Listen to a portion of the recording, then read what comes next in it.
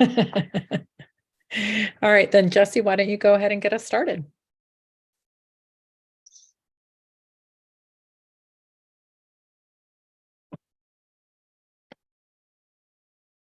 Great. All right, well, welcome everybody. I am Katie Stokes, and I am one of the co-chairs of this, which is our Manhattan Community Board for Bylaws Task Force. And yes, it sounds dry, but we're all very excited to be working on this together. Let's think. So we are all meeting via Zoom today per the governor's orders. That's allowing us still to satisfy the public meeting rules, even though we are meeting remotely. And I'm sure we will be getting updates about that soon, about the following months, whether or not that's still allowed. But at least right now, we are doing this again, consistent with the rules allowing for these meetings to be electronic. Several of us have been assigned or volunteered to work on the task force, but we also invite others to join and to share their views with us.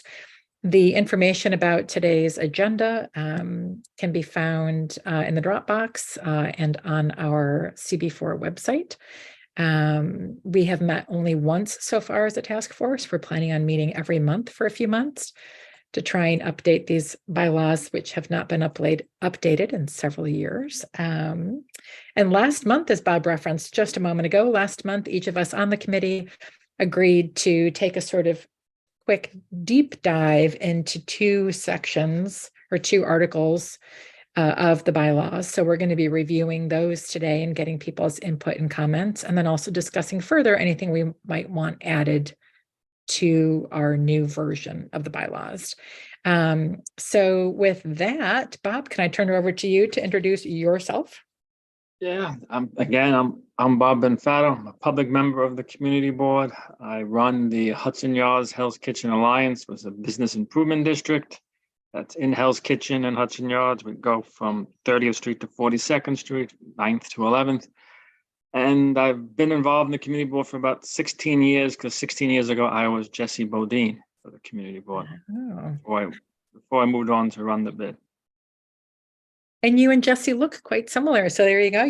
Well, before me was Borelli. So I always say that you want to be a district manager community board for your name has to begin with a B and end in a vowel. Otherwise. Well, good for the rest of us to know that we shouldn't even try, for heaven's sakes, if we don't have the right name. Jesse's hands up now. All right. Thanks, Bob. So let's see. I think I heard that Bert is going to be joining us, but joining us late. I don't think we're missing anybody at the moment, are we? No, I think we have everybody else here. So I think that we should plunge in today. Again, we're going to try and keep these meetings to an hour. I think we should plunge in, and I suggest, as said in the agenda, that we're going to go through the bylaws and get the comments of the people who agreed to review those two sections first, and then see if anybody else had anything else they wanted to add. We'll go through the bylaws that way one time, and then we'll also talk about some of the issues we talked about last time, and maybe any new ideas about the completely new or different things that we want to bring to the bylaws. Fair enough. Jesse, it looked like you had a thought. Nope, that all sounds good. Okay, so with that. Yes, that sounds fine. I didn't realize I was off camera and also on mute. So sounds great. You're with us again. Yep. Okay, so Alice, I think you and I maybe are up first with sections 1 and 2 here. And just as a quick refresher to all of you, Articles 1 and 2 deal with definitions in the law, and then also with just generally about membership. I will say that these are fairly dry, especially if you try and read the boundaries language. It makes you feel a little crazy. And maybe one day we'll even be creative and add a little map, because that might be more helpful than some of these descriptions. I think there is a map. The old community board website before the city did it had a map. Well, I think the website has a map, but the bylaws themselves don't reference including a map. But I think it could be. We could import it in if someone wants. Well, we could certainly just put the link to the map. That's easy enough. Yeah. And I think we should just do that in it's Article 1. Yeah, and I'll be making myself a note, but B1, which is boundaries. And so we'll just say add a link to map because I think that makes it a lot easier to understand. Now, one question I had, and Alice, jump in if you had any suggestions or questions, but in part D, which is attendance to be recorded, the last line right now reads that it shall be the responsibility of the ranking board officer or committee chairperson to ensure that an attendance record is collected.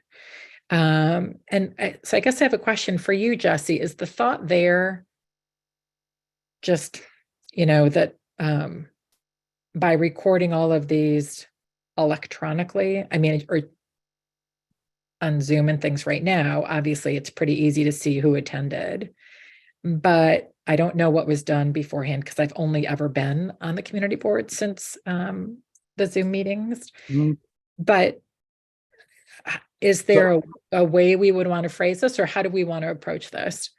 Yeah, I mean, I might have to defer back to Bob on that, just because it's been in there for, I think, probably ever. I think it before COVID, when he met in person, the minutes, which were literally, a printed out piece of paper that people would fill out. Yes. That the chair would fill out. Co-chairs of the committees would fill out the attendance and the minutes. Mhm. So it was up to each of the co-chairs of the committees as to, their prerogative, whether someone was late or, excused or there, and whether what level of detail the topic of discussion got in the minutes. Yes. And you had to write the motion down that you voted on. There would be a line for every motion that you would like. Sure. That was designed before my time by a woman named Michelle Solomon, who was the ADA. She was the assistant district manager, EDA, ADM. She was there for me for a while and before me. And it was signed off by the New York State Open Government Commission that reviewed that when she put it together years ago, that satisfied minutes requirements. So, I mean, sounds fine to me. So is that something that then is circulated electronically to the chair people? And then the chair people fill it out and then? I guess today, right? It's sent by email, right, Jesse? Yeah, well, now, honestly, because of COVID, we actually, I and the staff have taken that over. Because it's all recorded. The minutes, because it's all recorded. So we still have that piece of paper that gets filled out in terms of people's attendance. Like, I'm going to fill this one out for this. Yeah, like years ago in person, some people can't stay 3 hours, staff wise at night. So it was left to the chair. Someone came late, whatever the motions were, to fill it out because they couldn't fill it out. And there was no recording back then. So there was no way anyone could do it. So I think, I think to me, I read that line as, basically at the end of the day, the buck stops with the co-chair of the committee as to making sure it gets done. How it gets done, I don't necessarily know if we have a strong feeling of prerogative as long as there's, well kept and clear minutes as to what got voted on. Our minutes are very bare bones. I mean, just to be, they've always been bare bones because we always defer people to the content of the item really is the letter, and so we really say committee made a recommendation to vote in approval of the item. Maybe we'll list a couple conditions, maybe we'll just say that's what it is, and with conditions. And that's and the vote is counted. All right. Well, right now the language reads, it shall be the responsibility of the ranking board officer or committee chairperson to ensure that such record is collected. So I guess, that sounds like a board meeting with ranking board officer. Yeah, even though it says that it's ensured it's collected. So Bob, you and I are ensuring it's collected right now by knowing that Jesse's doing it, right? One could argue. That's how I read that. Yeah, so maybe we just leave it as is. Is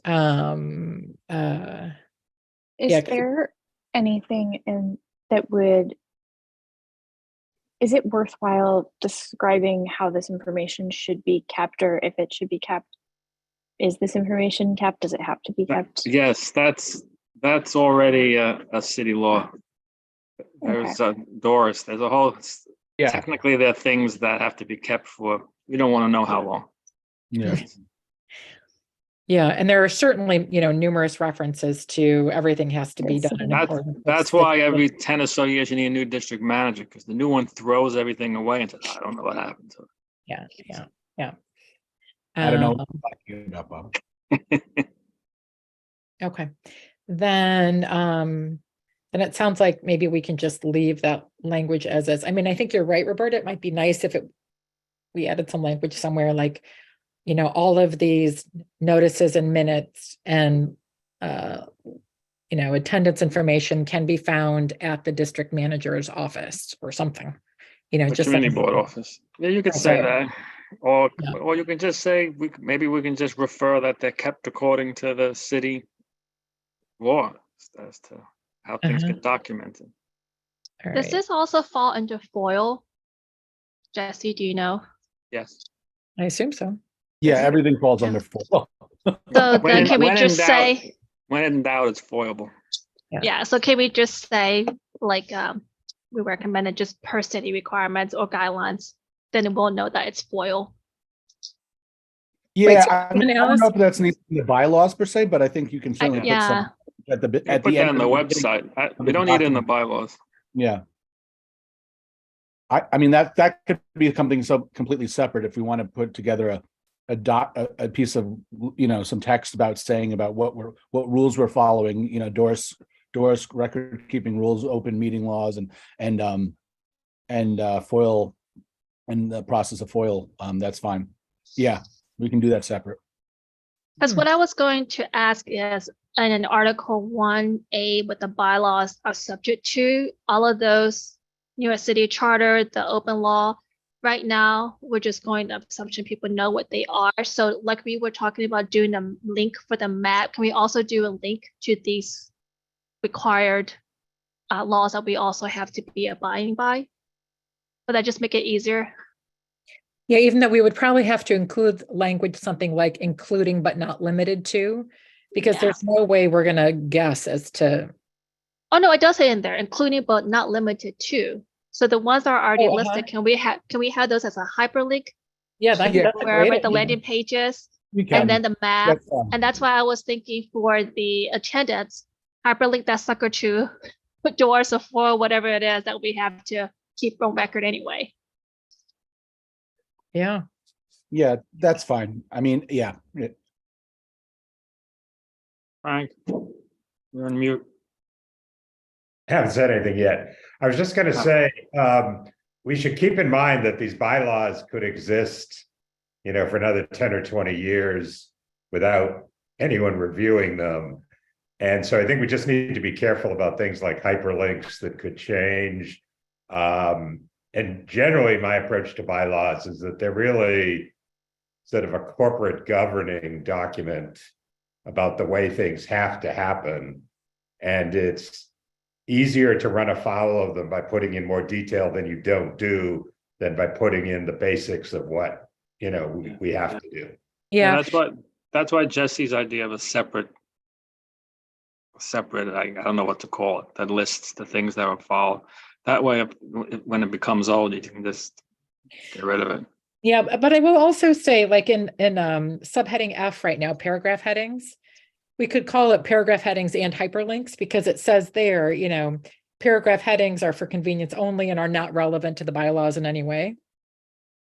We could say the same thing about the hyperlinks, right? So then if they end up old or, non-functioning, we haven't just jeopardized our bylaws. I wasn't necessarily objecting. It was more Uh-huh. a thematic point for the whole Yeah. thing. Yeah. Fair enough. Okay. Okay. People do get frustrated when they see something and there's a link and they hit it and then it says not found. Oh, yeah. 404, you know. Yeah. But the city does it all the time, so Yeah, it's the just city doesn't following care. precedent there. Fair enough. It's not on us if the city is changing it, to be honest. Yeah. And if you really wanted to document it, you can download that sucker into a PDF. And then when they click on it, open a new tab, and there's an existing document of what year it was downloaded on. Oh, there you go. Okay, so then other than like a little typo, we just have to add a word the. I think that may be it for Article 1. Does anybody else, Alice, and you or anybody else have any thoughts about Article 1? Nope, those were my thoughts on that Okay. one. And then Article 2 is membership. I will say, and I'm sure maybe there was a reason for this, and maybe it doesn't matter so much, but so, it's like ABC and then lots of points below it. And it's odd because B, as in boy, is expectations of members. And then C is responsibilities of members. And to be honest with you, they're a little sort of mix and match. So I'm not quite sure why the decision was to have them be separate. And then D is requirements for attendance, as if requirements of attendance is different than the responsibilities of members. Anyway, so it's just sort of odd headings, but I guess they were just trying to come up with some general organizing principle. So anyway, I want to give a little bit of thought to just sort of organizationally, if there might be something we can do there to make it a little more clear.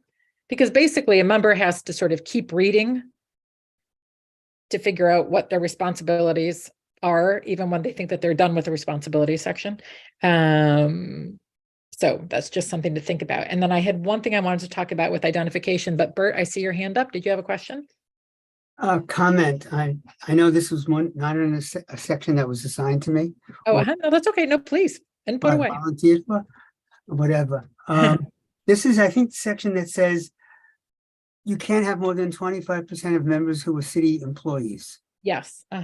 Is that something that's on every community board? Is that something the city decided? I believe yes. Okay, then I have no comment. If that we have to have it then. Okay. Okay. Thanks. Yep. And then, so the one I had some question about is in, let's see,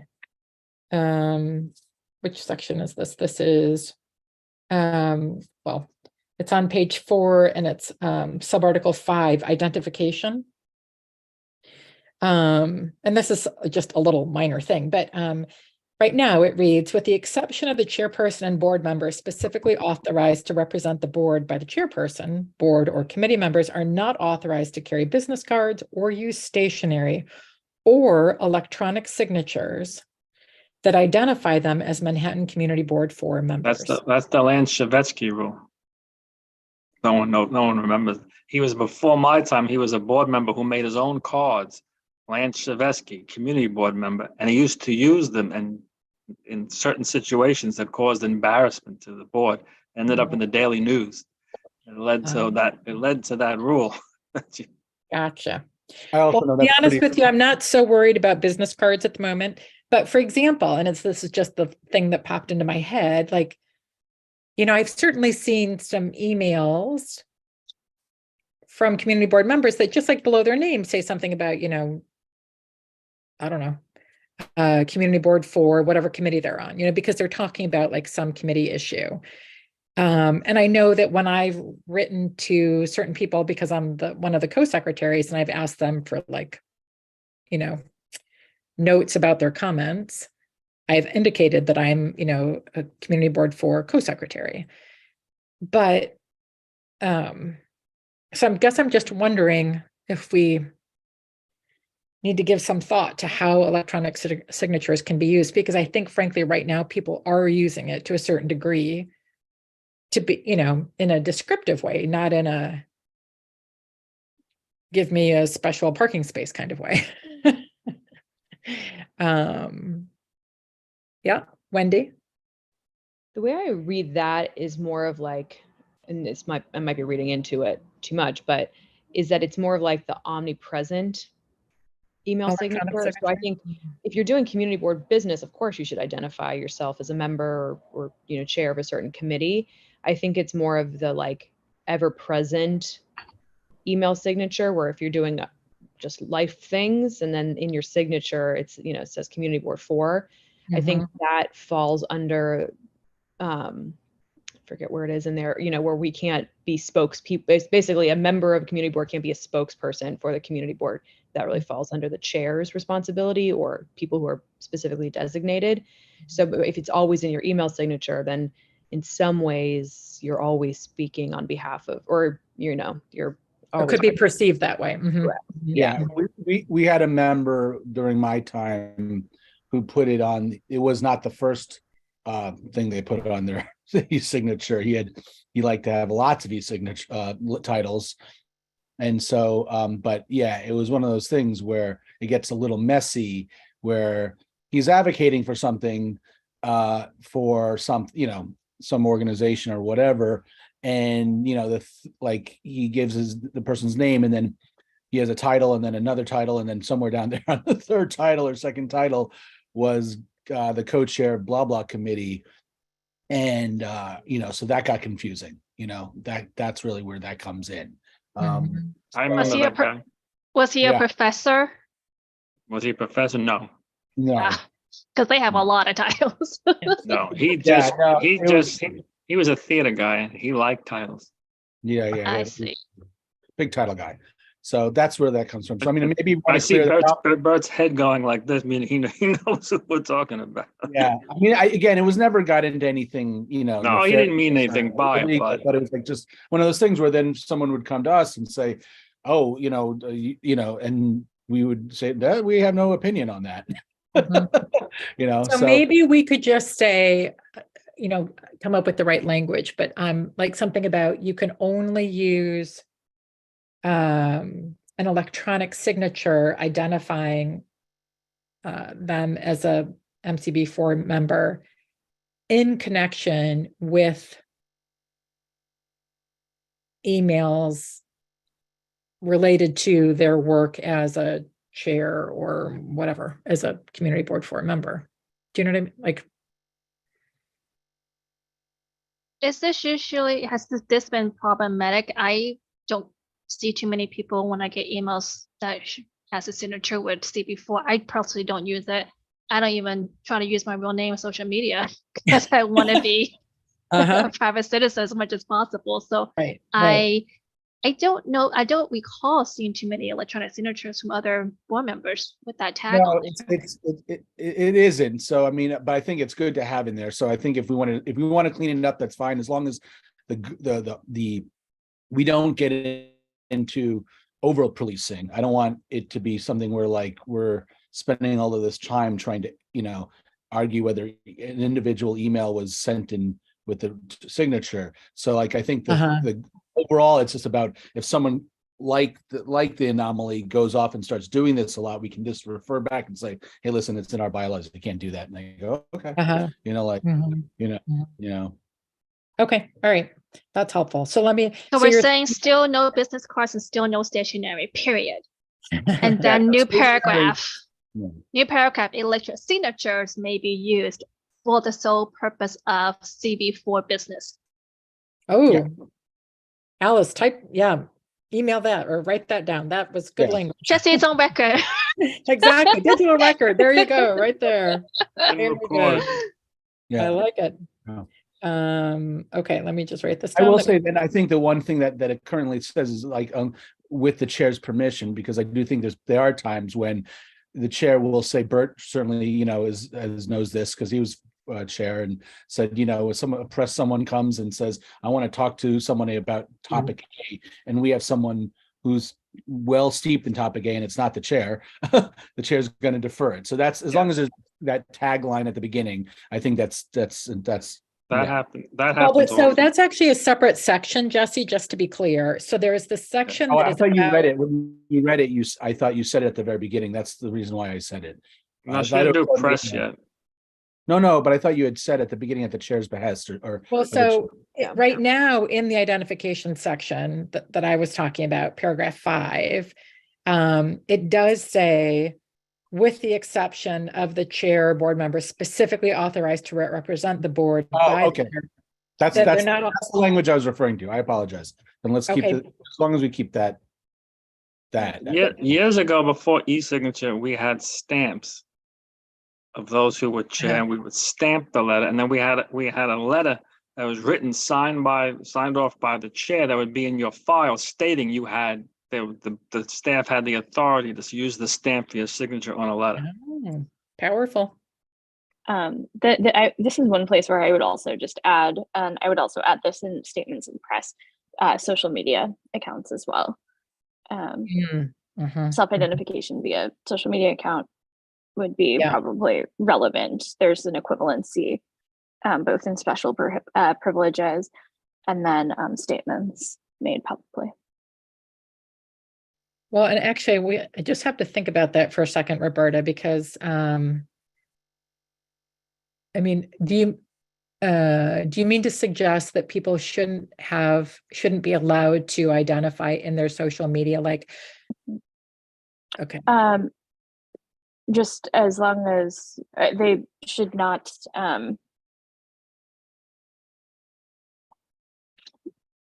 I think as long as it is clear that they're not representing in their words the view of the community board itself. But I see no problem, obviously, with people self-identifying.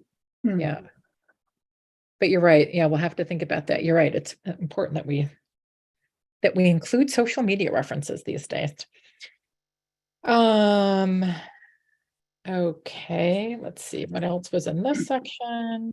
I had a question on page 4, just right underneath it, the special privileges prohibited.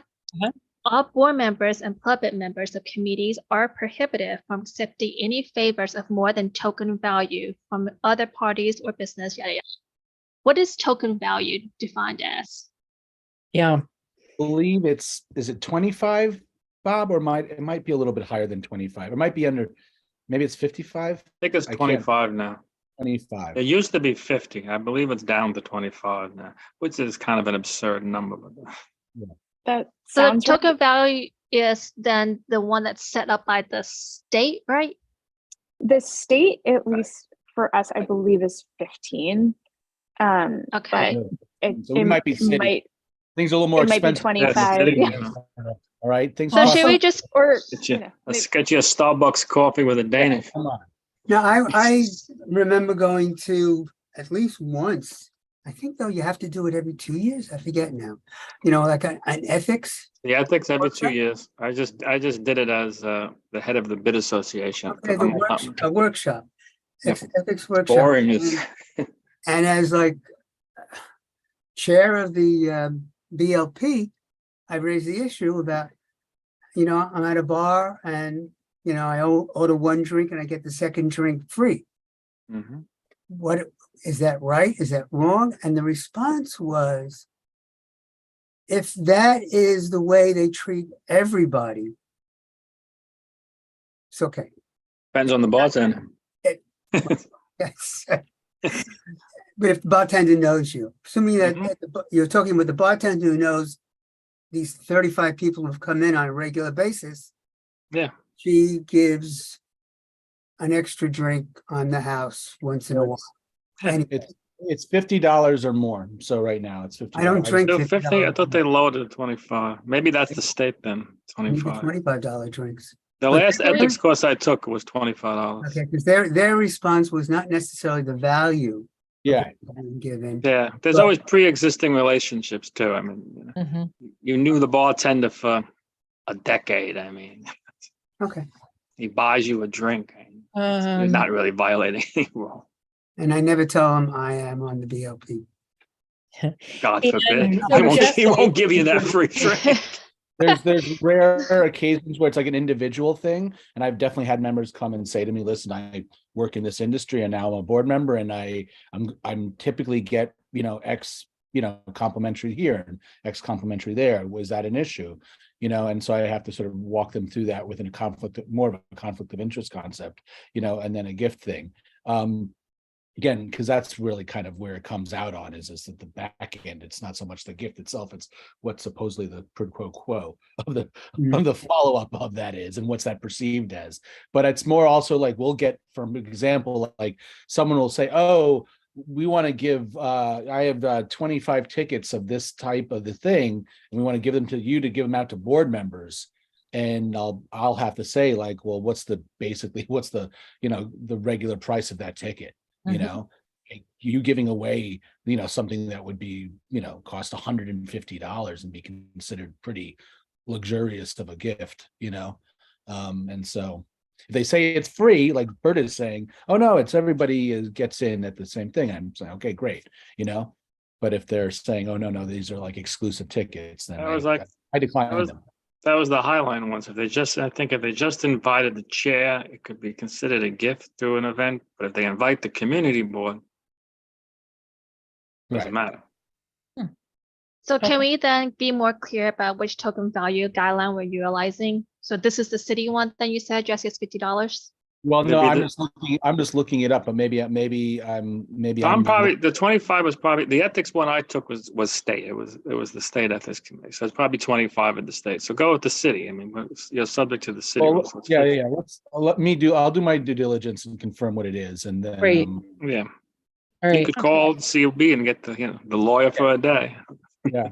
And Jesse, and again, to Frank's earlier point, if we don't want to put like a specific amount in, at least if we could reference like what it's called in the city guidelines, right? Or what section it's in, so people can look it up, that would be helpful. Or if it changes with inflation at some point. And it also 8% this year, Roberta. Just keep that in mind. You gotta be careful. It also adds up though. I remember they gave an example as, say you're a lobbyist and you go to see an elected official or district manager and you bring them a cup of coffee from Starbucks. That's not $25. But every time you see them and you bring them a cup of coffee could in the end equal more than $25 and then be in violation of them. Mm-hmm. Fair enough. Okay, but yeah, Jesse, if you can confirm that and get back to us, that would be awesome. Okay. Okay, then I think, did you have anything else there, Alice, or anybody else on Article 2, or shall we turn it over to folks who are working on Articles 3 and 4? Well, I did have a few things on Article 2, but they're more of grammar. Great. So we can pin that for later. Okay, perfect. Yeah, absolutely. Just got me an email or whatever, and I'll add it in here so that we can keep track. Yeah, in the end, we'll do a Yeah. Not a end today, but in the end going forward, we'll do a cleanup of the whole thing. Yeah. And then just to clarify, Katie, on social media, I think it actually should only go in 3 statements to their body or press. Yeah. And then I did have a question about excused absences. I don't know if I'm not jumping ahead. This is the end of this. The only thing really before Roberta does jump ahead or goes, I just want to make sure we see Mike Noble, who's in our one attendee, does have his hand up. So I was going to bring him over. Is that on my screen? Yeah. Go ahead and bring him over. But I'm sorry, Roberta, where is it again? I've lost it for the moment. On page 4, if you're looking at 3 statements to another body or the press, that would be the appropriate place for social media, I believe. A reference. Got it. But then what about the, what was the next thing you mentioned? Oh, it was about, attendance. I did have a question about attendance. But I think it would be appropriate to have Mike speak, and then we can go back to that. Okay, Mike? Yeah, I just had a quick addition as you were speaking. I think it's a good idea. You just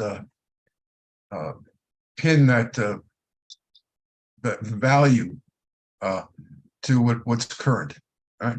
So, comma, in accordance with the current, city requirements or guidelines or whatever. Just do it that way, so it's a floating thing. That have to come back to it ever and up the amount. as you go along. Good, thanks, Mike. That's helpful.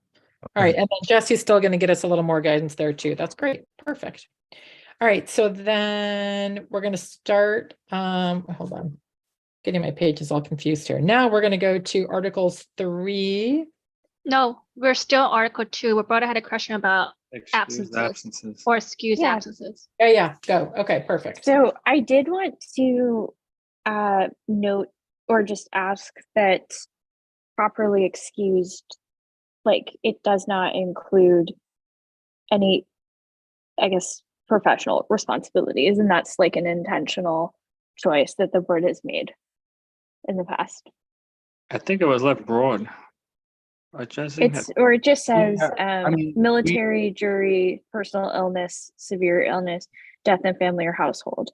We rarely give long-term exemptions. We have though. I remember one board member got a job working for the census and she couldn't make meetings for 9 months. And actually we gave, and the borough president approved exemptions for those 9 months.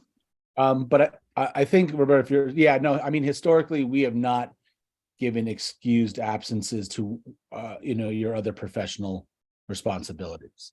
Because I think from our perspective, without some sort of, something significant like that, where it's, for some reason your entire schedule changes dramatically. For that reason, is that like what you applied to be a community board member with an understanding that you would have to be responsible for this time, and knowing that you would have a job that would be taking up a certain amount of time, that kind of thought. So plus, because then I think we get into a sticky situation where we're getting attendance issues and quorum issues and things like that. So we've generally limited it to medical, emergency, things like that. Okay, that is helpful. I was just curious if it was something you wanted to raise, but I don't think it's necessary. It sounds like one-offs are fine, but this is about kind of sustained months-long absences. Yeah.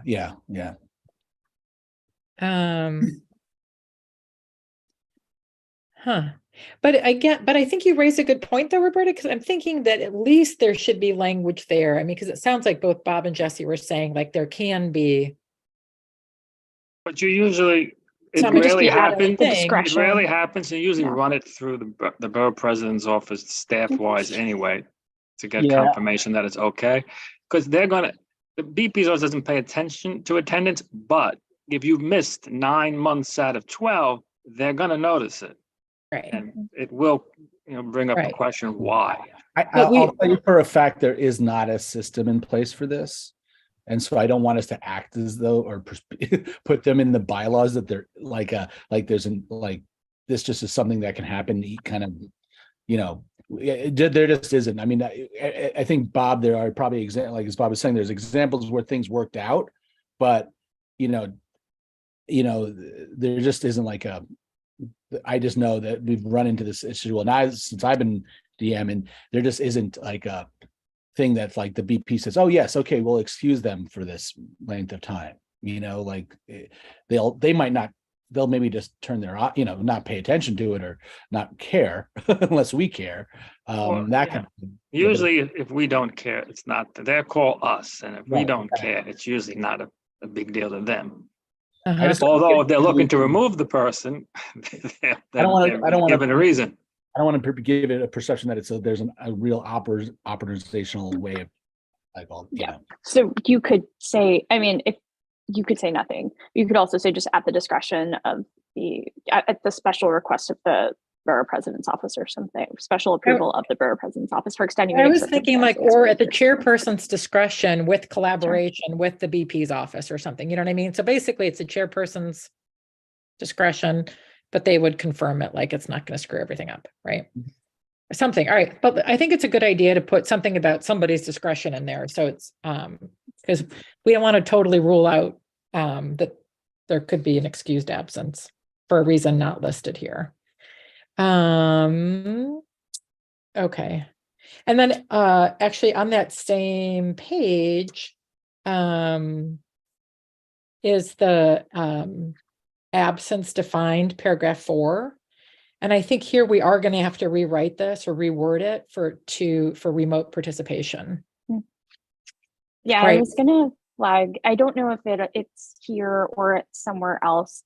But whenever we've better defined the hybrid policy in particular, it might be worthwhile, if for no other reason than even if there's not a quorum, you have these sort of situations where people may be present, available for discussion, but not able to vote. It sounds like in these hybrid situations, and it would be a question of if you'd want to consider them absent or not at all. And I would be surprised if the board itself would want to consider those folks absent, because I know Exactly. people have Yeah. participated remotely. Yeah. All right. So There is a, Jesse, there is a hybrid policy, isn't there? It's just not put in place yet. But it is, I think. Yeah. written we out. voted. we've already adopted it. Yeah. We adopted it. Yeah, I mean, I don't think we get into attendance, but if the bylaws need to be updated to allow for to clarify that, then we should do that. But yeah, no, Yeah, we just have to clarify, I think, here, and I think it's the right place.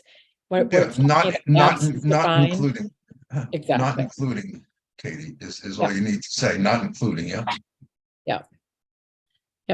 So remote participation would be attendance in effect.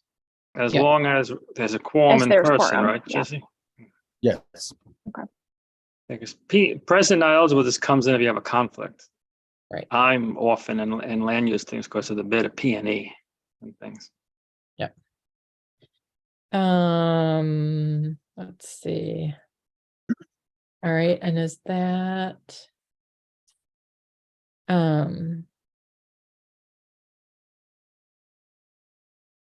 yeah, I mean, it's very mushy. Sorry, I'm looking under E1, actions for cause. This is actions against board members and public members. The last few words in E1 are, sufficient cause, other sufficient cause. Yeah, it's very murky. What does that even mean? But I don't know if to Frank's point earlier, we don't want to have to pinpoint everything, so maybe we just leave it. Okay, anything else, Alice, or anybody else before we go to Article 3? Okay. I'm good. All right. Article 3, I believe that was going to be Bert and Wendy about officers and election of officers. That is right. That was Yep. us. It's us. We, Bert, you may just jump in and you jump in and Yeah. Cool. Overall, nothing too egregious. I had one piece of overall feedback that applies to this section, but I think applies across the board, where we're using pronouns. Everything is she, he, her, him. Oh, So I feel like we should probably add they, them throughout. Okay. And Yep. then, cool. So that's just general. We got a little typo in Article 3, Section A, number 1, the word year is missing an R. Oh, yeah. Got it. Yep.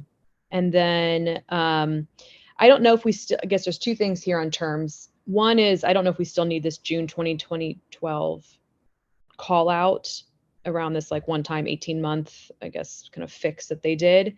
The second question I have is, I think there was some conversation around whether the terms of officers should actually be a 2-year term. We've been 1 year.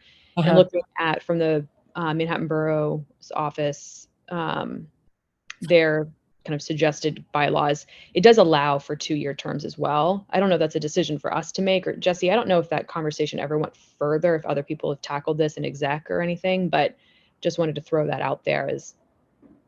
I think that this is the right group to discuss and then make a recommendation to the executive committee about what we think would be the right term for the elections. But first of all, let me just back up a second. I think you're right that the second full sentence in A1 terms, we can now delete because, yeah, that was from 10 years ago. Yeah. I was actually very confused about that line. It says each required officer shall serve for 1 year beginning January 1st, of the election, so let's say January 1st, 2023, and terminating on December 31st of the following the next calendar year, which would be 2024. So is that a 2-year term or a 1-year term? It's a 1-year term. A 1-year term. You're Should be right, it's 26. badly Should- written though. Yeah. It's badly, yeah, it says next calendar Yeah. year. What we I have just wanted- now, what we have now is a 1-year term. You can run again for a second 1-year term. And you're out. Well, Unless you're chair, there you is a can run it. clause. Yeah. If you can get everybody to vote for you, Right. I think that only for chair though. I don't think the other officers can do I that. tried that. Lee tried that. My first chair I worked for tried that too. Didn't There's work. always someone out there that won't I vote got up for to you. one person who said, Bert, that's not in the spirit of things. Okay. So here's something I would suggest, because we actually don't have a lot more time today. I would suggest, I think that this is going to be a big issue we're going to want to discuss, but we're not going to resolve today. I think we should keep going through the bylaws and then just sort of I have additional on 3. bring it. All right, Okay. let's do it. Yep. One, it's not even in the bylaws, and I don't know if we have to have it. What the charter has, term limits. Nowhere do we mention term limits, Mm-hmm. member term limits, which is in the charter. I think Now, we need to incorporate that someplace from the city charter into our bylaws, just to So be, that's a good point, Bert, but just as a quick reminder, we do incorporate by reference at the very beginning of the bylaws, all the city and state stuff that applies. So one could argue that the term limits are already sort of incorporated. I'm not arguing, Katie. I'm just throwing it out. Yeah, got it. So Yep. Okay, the one place but there are a where couple of other things here. Item on 3A, 3G, chair appoints a parliamentarian. We haven't had a parliamentarian Since officially Since designated. John Doswell died. It's a long time ago. Clearly that we're not appointing one means, to me, effectively, we don't need one. So think about that. Okay, and actually, I'm sorry, Also- and what was so- the letter that you're talking about? That was A3G. The parliamentary used to be if there was an argument Oh. over a motion or over Right. something, and people didn't agree, you turn to the parliamentarian, and whatever he or she said it was, is what it was. It was Ed Kirkland when I first started. Ed He Kirkland, right. retired. It went to John Doswell. He retired and passed away. No one's taken That's the since John, position since. Also A5A, and the functions of the first vice chair. There's no mention of the first vice chair coordinating, the public speakers in the meeting. So I don't know if that's just something we do by habit, or we want to make it official. Okay. To make it official. 6D. Okay. A6D. Mhm. I don't know if this does to me. In case the chair, the first vice chair, the second vice chair are just not around for whatever reason, it designates the co-secretary who is taking the minutes to be the one to be the chair. And that's what makes no sense to me. Wendy suggested maybe it was just a sloppiness or a typo, because you have 2 secretaries. So one who's not taking the minutes should be the chair, and the one who's taking the minutes should take the minutes. Makes sense. Right. And I think so one could argue, you could just simply delete. So you could just say, a co-secretary shall preside at that meeting, right? You don't have to say, because frankly, I think your point is if somebody's busy, writing the minutes, they shouldn't be also running it.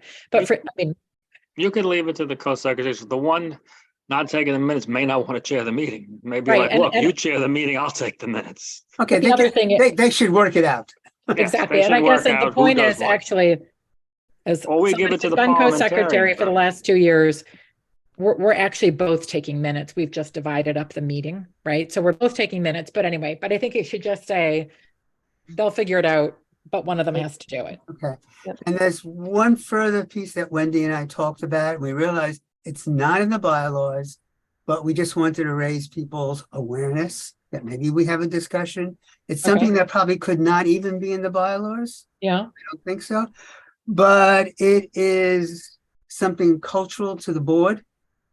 It's the assumption that your second vice chair, wait your turn, you'll be first vice chair. Wait your turn, you'll be chair. And the nominating committees accept that assumption. And even though the bylaws say the nominating committee can nominate more than one person for a position and leave it up to people to vote or fight it out or whatever, as far as I remember, and maybe I'm not remembering correctly, I don't think a nominating committee has ever done that, you know? And I've heard grumbling that why do we have to do it this way? Succeed, succeed, succeed. You know, maybe someone who's not in that reign of succession or that hierarchy, whatever, throw them into the pile, see what happens. Like Wendy and I talked about this or emailed back and forth about this. It's something that's not really, I don't know how you would put it into bylaws. I mean, already in the bylaws is you can nominate more than one person, but no one has ever done it. That happened once, Bert. Anna Levin was first vice chair, Okay. and the thought was she would become chair, and she said, whoever said I wanted to be chair, I don't want to be chair. But she chose to do that. Yes, and as a result, Lee Compton became chair, and he wasn't even an officer. He was just the chair of a committee. He was chair of the committee, right? I think in our board, we're kind of pulling teeth to get people to run for the position. So maybe that's why we haven't ran into too many, multiple nominations.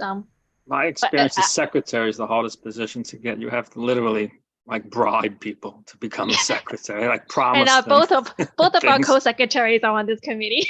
But then also there's like a piece, you want to like keep the peace on this board and you want to have cooperative relationships. So even if like I didn't even think of doing anything until someone told me to do it. Not because I didn't want to, but because I didn't want to like upset people.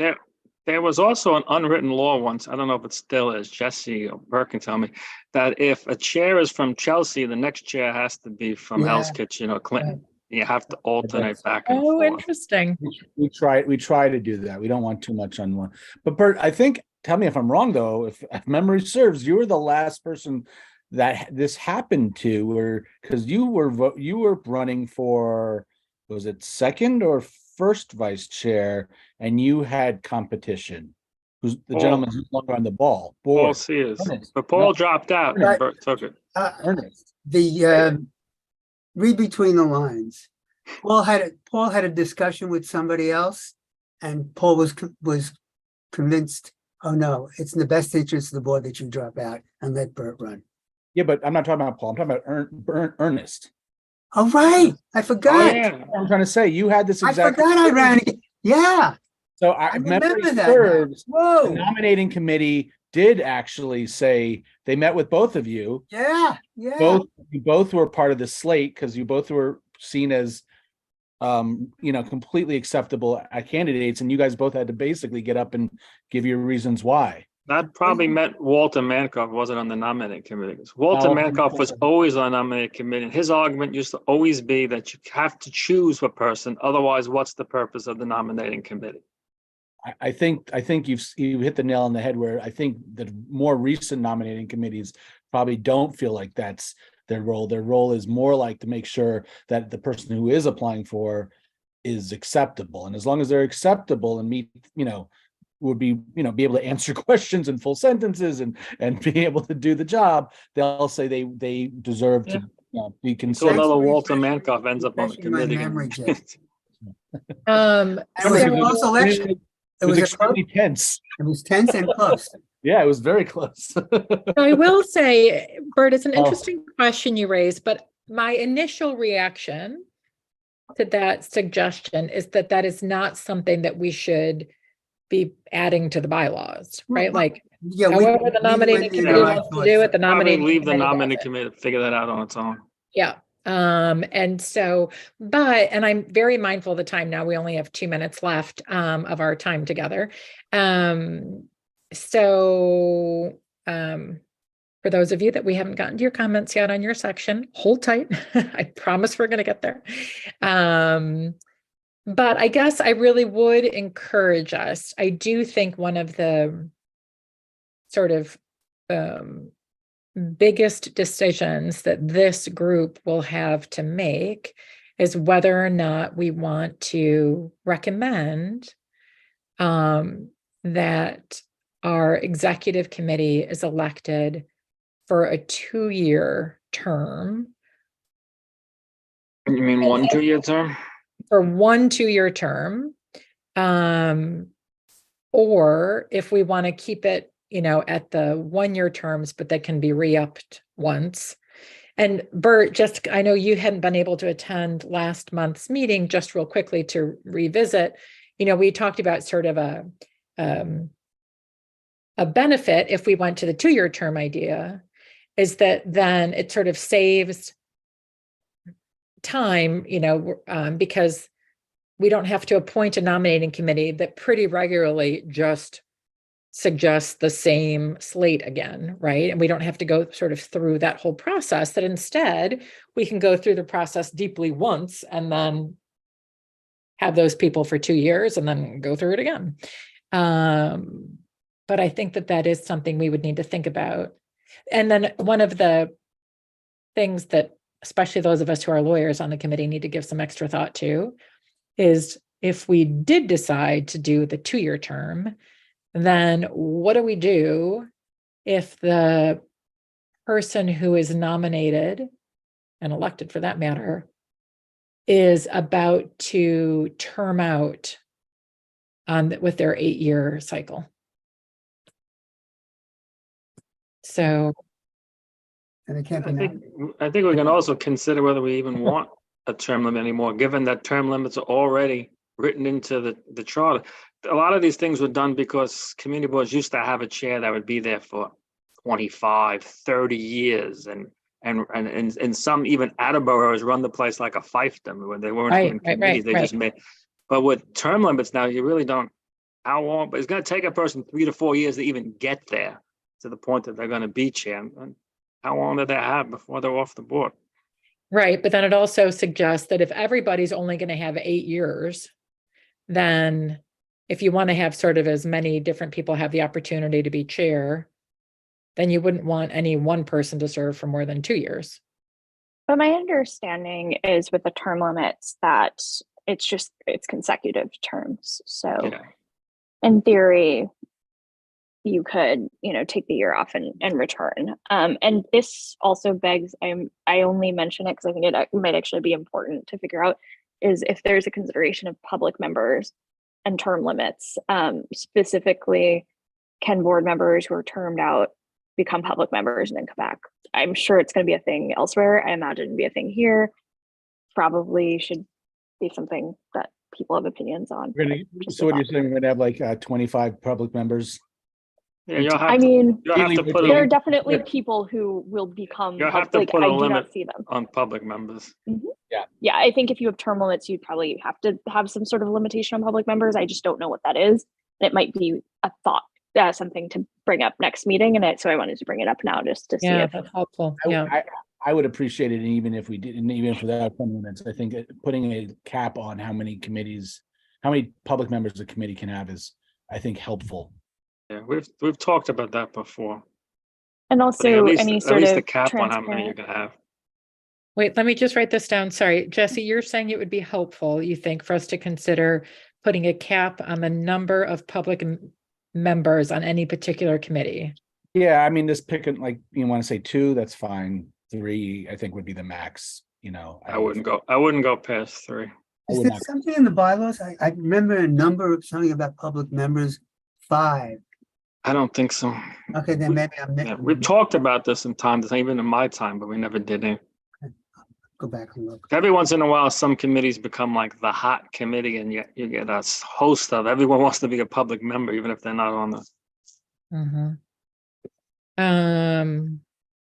Okay, those are interesting questions. All right, is there anything else, like any other sort of big picture question people are kind of thinking about that we should all be mulling over in the next month before our next meeting? Maybe do another meeting in between, because we have only one more meeting after this before we're supposed to present in June.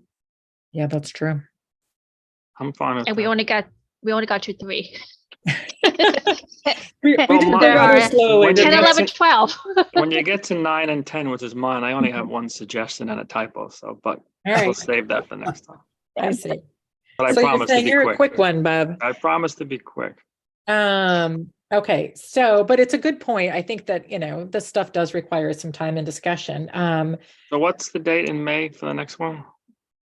I'm looking, It's the third, it's always the third Monday. it's the I know, but 15th. 15. So, So the 2 Mondays before, what's that, May 1st? May 1st. Everybody who's on this call right now, is there anybody who couldn't participate on a call on May 1st? All right, let's do it. Is it at 4 again for an hour? Yeah. And if possible, could we maybe stretch it to 5:30? Could it be like 4 to 5:30, like 90 minutes? So we finish. Probably. Okay. We'll promise to go as close to 5 as possible, but Yeah. Yeah. put Great. it down for an hour and a half. Okay, so we're adding a meeting on May 1st. That's fine. Good. Okay, great. At 4. Sorry to mess this up. Go for If it. you're really gonna go past 5, I would need to start earlier. I have to get to benefit that night at 6 way downtown. Okay, well then let's just go ahead and say it's going to be 4 to 5. By just adding an hour, I think that's going to be helpful. If we go over and Frank has to run, as long as we got to Frank's portion. Yeah, that's true. Okay. We'll be okay. And Okay. Katie, for things like minor typos, should we just email those to you? I think so. That's probably going to be the fastest thing. Exactly. I think so too. I think you want at the end is a red line document, right? Where everybody. Exactly. Mhm. Yeah. So in fact, my goal would be after our next meeting, right, is that then we would circulate out to everybody a red line version. So then you have that to look at before our May discussion, our later May discussion, our May 15th discussion. Yeah. So Where we'll probably decide all the hard questions. Yeah. On that day. okay. Hopefully. That sounds good to me. All right. So Okay. thank you, everybody. I really appreciate it. And sorry, it's going a little more slowly, but hey, we're making good work. Okay. And so I'll see you on May 1st. All right. Thanks, everybody. Okay. Bye. Oh, wait, we need a motion. Oh, Oh. yes. Motion to Motion to adjourn. adjourn. Motion to Adjourn. adjourn. I second. Second. Oh, I can't second. I'm the Well chair. done. All right. I second. I Good job. second.